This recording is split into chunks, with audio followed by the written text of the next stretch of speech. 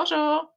Aujourd'hui, je vais te montrer comment on peut retrouver la mesure du rayon d'un cercle à partir de sa circonférence.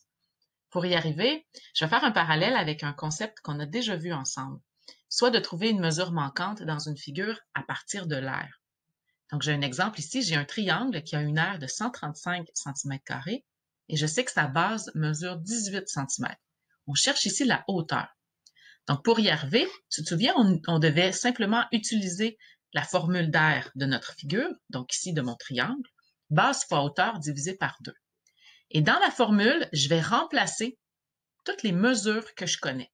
Alors, par exemple, l'aire, je vais la remplacer par 135 et la base, je vais la remplacer par 18.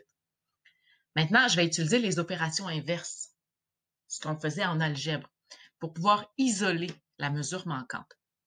Alors, à droite, j'ai une division par 2.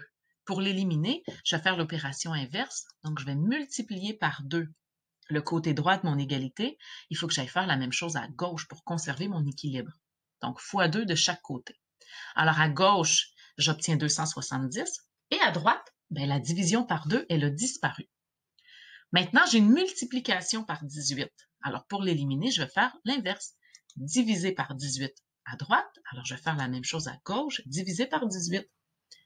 À gauche, je vais obtenir 15 et à droite, il reste la hauteur. Alors, je découvre que la hauteur de mon triangle vaut 15.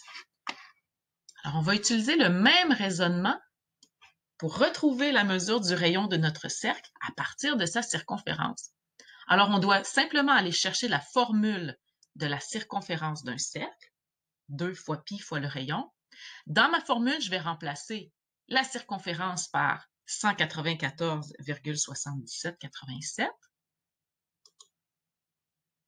Et là, je veux retrouver la mesure du rayon. Alors, à droite de l'égalité, il y a un fois 2. Pour l'éliminer, on va faire diviser par 2. On le fait de chaque côté. Alors, à gauche, il me reste 97,39 environ. Et à droite, la multiplication par 2, elle a disparu. Maintenant, j'ai une multiplication par pi. Pi, c'est un nombre. Alors, je vais diviser par pi, par environ 3,1416. À droite, je vais faire la même chose à gauche. Ce qui va rester à gauche, c'est 31. Et à droite, il reste que le rayon. Donc, j'ai retrouvé la mesure de mon rayon à partir de la circonférence.